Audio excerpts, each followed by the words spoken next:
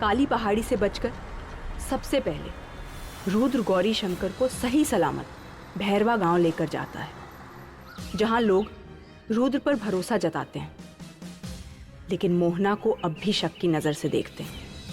उधर लोगों का रुद्र पर बढ़ता भरोसा देख अलखानंद गढ़ रहा है नई चाल। क्या मोहना इस शक के घेरे से कभी बाहर आ पाएगी? जानने के लिए सुनिए आगे। भैरवा से निकलकर रुद्र, मोहना, सिद्धार्थ और साक्षी चारों देवीपुर मठ पहुंचे, जहां सामान बांधे मोहना की तीनों सहेलियां बाहर खड़ी थी। मोहना गाड़ी से उतरते ही अपनी तीनों सहेलियों उर्वी, नव्या और दिशा को परेशान देख उनके पास गई और बोली, क्या हुआ? तुम लोग सामान बांधकर बाहर क्यों बैठे हो? उर्वी ने कहा, मोहना, यहां रहकर हम बहुत कुछ झेल चुके हैं, हमें बस अब घर जाना है। इससे पहले कि मोहना कुछ बोले, रुद्र ने कहा, यह सब इतना आसान नहीं है। भैरवा के लोगों ने अभी भी पूरी तरह से तुम लोगों पर भरोसा नहीं किया है। वो तुम्हें नहीं जाने देंगे। इस समय तुम सबके लिए सबसे सुरक्षित जगह देवीपुर मठ ही है। जब तक बच्चे नहीं मिल जाते, थोड़ा सा सब्र करो। रुद्र की बात सुनते ही उर्वी मोहना पर भड़क गई। ये सब तुम्हारी वजह से हुआ है। ना तुम हमें भैरवा लेकर आती और ना ही ये लोग हमारी जान के पीछे पड़ते। इससे पहले कि मोहना इस बात का कोई जवाब दे सके, नव्या भी मोहना पर ताना कसते हुए बोली, सीरियसली, आगे कुआं पीछे खाई जैसा हाल हो गया है। ना निकल सकते हैं ना ही रह सकते हैं। मोहना को अपनी दोस्तों की बातों से काफी ठेस पहुंची और वो बिना किसी से नजर मिलाए तेजी से मठ के बाहर चली गई। रुद्र ने सिद्धार्थ और साक्षी से कहा, तुम दोनों इनको लेकर अंदर चलो, मैं मोहना को संभालता हूं। यह कहकर रुद्र मोहना के पीछे चला गया। रुद्र का इस तरह से मोहना के पीछे जाना साक्षी को कांटे की तरह चुभा। उसके कानों में कलीथा की कही गूंजी, रुद्र ने कभी तुझे नजर भर के देखा भी नहीं, और तू है कि। साक्षी ने अपने जज्बातों पर काबू करने की कोशिश की और बाकियों के साथ अंदर की तरफ जाने लगी। वहीं रुद्र ने मोहना को मठ के पीछे एक पेड़ के नीचे बैठा पाया। मोहना की आंखें आसमान में बादलों से घिरे चांद पर थी। रुद्र की आंखें मोहना के चेहरे पर गईं, जो इतनी थकान के बाद भी रात की चांदनी में चमक रहा था। उसकी नीली आंखें जैसे चांद से बातें कर रही थी। रुद्र ने कहा, तुम ठीक तो हो ना?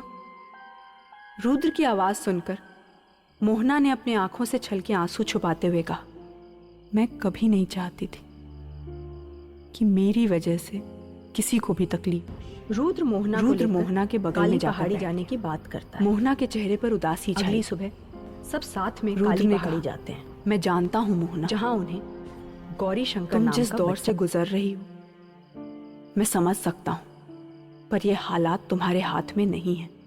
मोहना ने रुद्र की ओर देखा तो उसकी आंखों में दर्द साफ दिख रहा था। उन आंखों में रुद्र को न जाने क्यों एक खिंचाव सा महसूस हो रहा था, जिसने भैरवा का ऐसा खिंचाव जो उसने सालों में महसूस नहीं किया। मोहना ने रुद्र की आंखों में देखकर पूछा, क्या आप कभी एक तरफ विशाल अपनी बहन की वजह से हारे निकलने में कामयाब हो गया? रुद्र ने गहरी सांस भरते हुए कहा, तुम्हें वो किन्नर याद जिसने काली पहाड़ी पर एक लड़की का रूप लिया था? मोहना ने हाँ में सर हिलाया। रुद्र अब आसमान की तरफ देखते हुए बोला, तुम्हारी ही तरह थी वो। 6 साल पहले पास के ही गांव बलुआ में एक किन्नर की आत्मा का कहर छाया था। उस किन्नर ने एक 18 साल की लड़की के शरीर पर कब्जा कर लिया। पहली बार मुझे अपनी साधना की शक्ति पता चली थी। मैंने लगातार 38 दिनों तक कोशिश की कि उस लड़की के शरीर को आजाद करा सकूं। लड़की ठीक हो गई। एक पल को लगा कि मैं कामयाब हो गया, लेकिन वो किन्नर बहुत शातिर था, धोखा दे रहा था।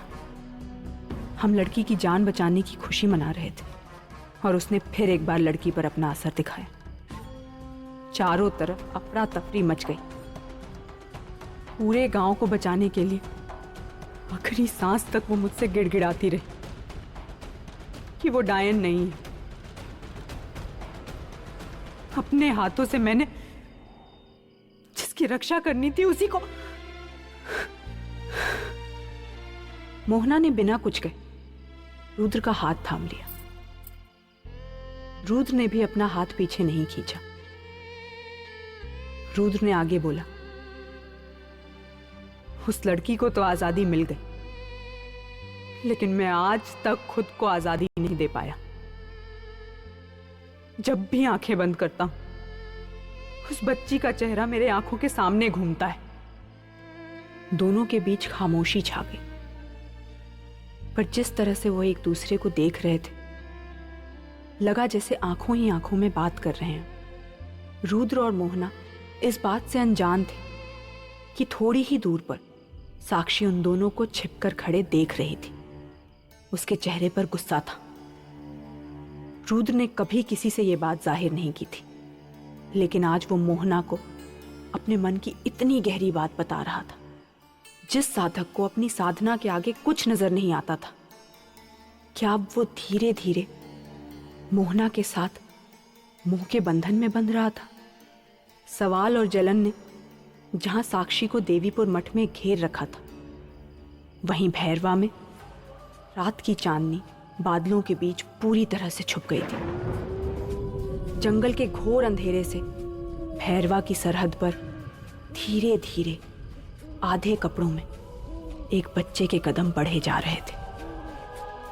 उसके चेहरे पर कोई भाव नहीं था। वो बस बेसुध सा गांव की गलियों से गुजरते हुए एक घर की तरफ चले जा रहा था। घर के सामने पहुंचकर बच्चा जोर जोर से दरवाजा पीटने लगा। घर के अंदर बत्ती जली और दरवाजा एक आदमी ने खोला। खोलते ही बच्चे को देखकर उसकी आंखें फटी की फटी रह गई। मुंह से बस अपने बेटे का नाम निकला, रघु। उसके पीछे से रघु की मां भागती हुई दरवाजे पर आई।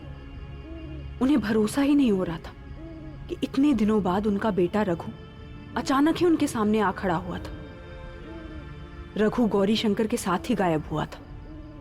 अपने बेटे को देखते ही मां ने उसे तुरंत गले से लगा लिया और खुशी से बिलखते हुए बोली, रघु, हमार बेटवा, कहां था रे तू इतने दिन? ठीक है ना बेटा तू? रघु ने कोई जवाब नहीं दिया। अपनी मां की बाहें छुड़ाई और किसी बेजान शरीर की तरह बस अपने कमरे में चला गया। रघु के माँ बाप हैरान खड़े उसका नाम बुलाते रहे, लेकिन उसने मुड़कर भी नहीं देखा। वो बस बिस्तर पर जाकर दीवार की ओर मुंह करके बैठ गया और खाली दीवार को देखकर मुस्कुराने लगा। रघु का लौट कर आना भैरवा के लिए खुशखबरी थी या एक नए तूफान का अंदेशा? आखिर क्या राज है रघु की वापसी का?